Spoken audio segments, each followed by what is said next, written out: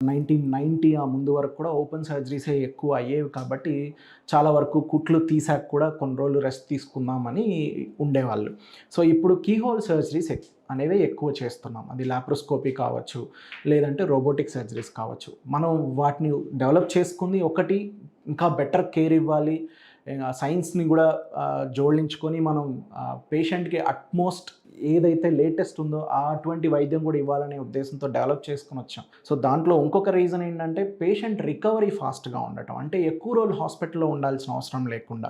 ఇప్పుడంతా మన day care surgeries అనేవి ప్రాచుర్యం పొందుతున్నాయి. అంటే పొద్దున అడ్మిట్ అయ్యి ఒక 2 అవర్స్‌లో సర్జరీ చేయించుకొని ఇంకో 4 అవర్స్ అబ్జర్వేషన్ ఉండి సేమ్ డేలో డిశ్చార్జ్ అయ్యేలాగా డే కేర్ సర్జరీస్‌కే ఎక్కువ జరుగుతున్నాయి ఇప్పుడు. అటువంటి డే కేర్ సర్జరీస్ చాలా వాటికి చేస్తాం మనం.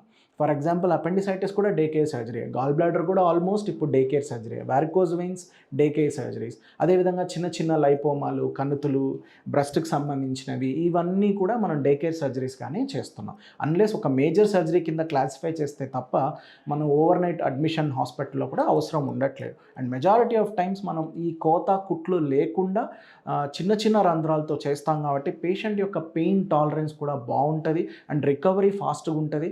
చాలా వరకు వాళ్ళ ఆఫీస్‌కి మనం యంగ్ ఇండివిడ్యువల్స్ అయితే వాళ్ళ ఆఫీసులకి, వాళ్ళ వర్క్‌కి కూడా త్వరగా రెజ్యూమ్ అవ్వచ్చు. 1990 అంతకు ముందు వరకు కూడా దాదాపు అంత జనరల్ సర్జరీ అంటే ఓపెన్ సర్జరీ అంటే పెద్ద పెద్ద ఇన్సిషన్స్ పెద్ద పెద్దగా కట్ చేసి సర్జరీస్ చేయటం అనేది ఉండేది. తర్వాత లాప్రోస్కోపీ పాపులారిటీ పొందింది. ముఖ్యంగా లాప్రోస్కోపీ అనేది తీసుకురావడానికి కారణం గాల్ బ్లాడర్ సర్జరీ. అంటే గాల్ స్టోన్స్ అనేవి ఏర్పడి గాల్ బ్లాడర్ వాపు, ఇన్ఫెక్షన్ సో అవి ఉండడంలో లాప్రోస్కోపీ పద్ధతిలో చిన్న చిన్న కీ హోల్స్‌తో 4 చిన్నటి రంధ్రాల్లో అబ్డామెన్‌కి వెళ్ళి గాల్ బ్లాడర్‌ని రిమూవ్ చేసి రావడం అన్నది బాగా ప్రాచుర్యం పొంది పాపులరైజ్ అయింది.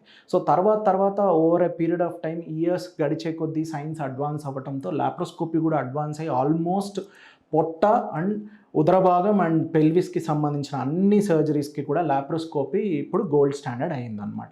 తర్వాత ఇప్పుడు గత ఒక డెకేడ్‌గా అంటే గత 10 సంవత్సరాలుగా రోబోటిక్ సర్జరీ కూడా అంతే ప్రాచుర్యం పొందుతుంది. పాశ్చాత్య దేశాల్లో బాగా రోబోటిక్ సర్జరీ చేస్తున్నారు. అదేవిధంగా ఇండియాలో కూడా రోబోటిక్ సర్జరీ స్టార్ట్ అయ్యాయి. ఆల్మోస్ట్ అన్ని సెంటర్స్‌లోనూ రోబోటిక్ సర్జరీస్ తీసుకొచ్చారు.